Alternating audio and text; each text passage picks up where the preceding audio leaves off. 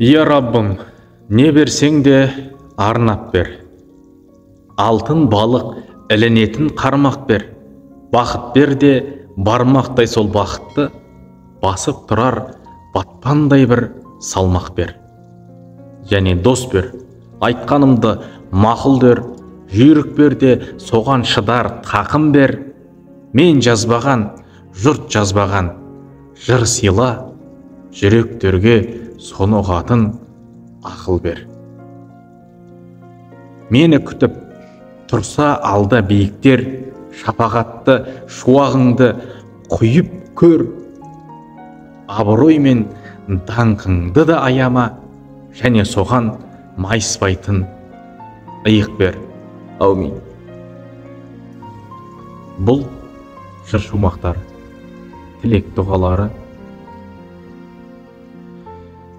Қадыр Мырзалиь атамдікі.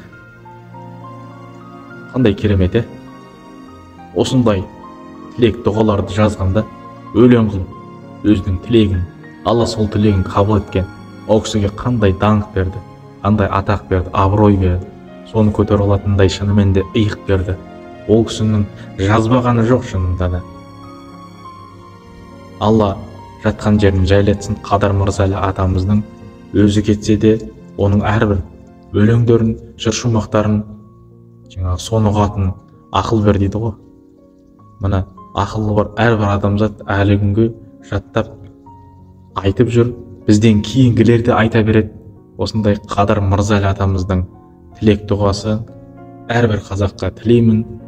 Сондай бақ берсін, бақты көтеретін батпандай салмақ берсін, және соны көтеретін майыспайтын иық берсін деп тілеймін. Еліміз аман, жұртымыз тыныш болсын.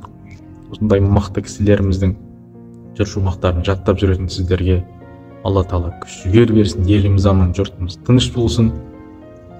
Бар болайық, нар болайық. Қадыр Мырзалиь атам мықты болған. Негізі бізде мықты ақындар өте көп.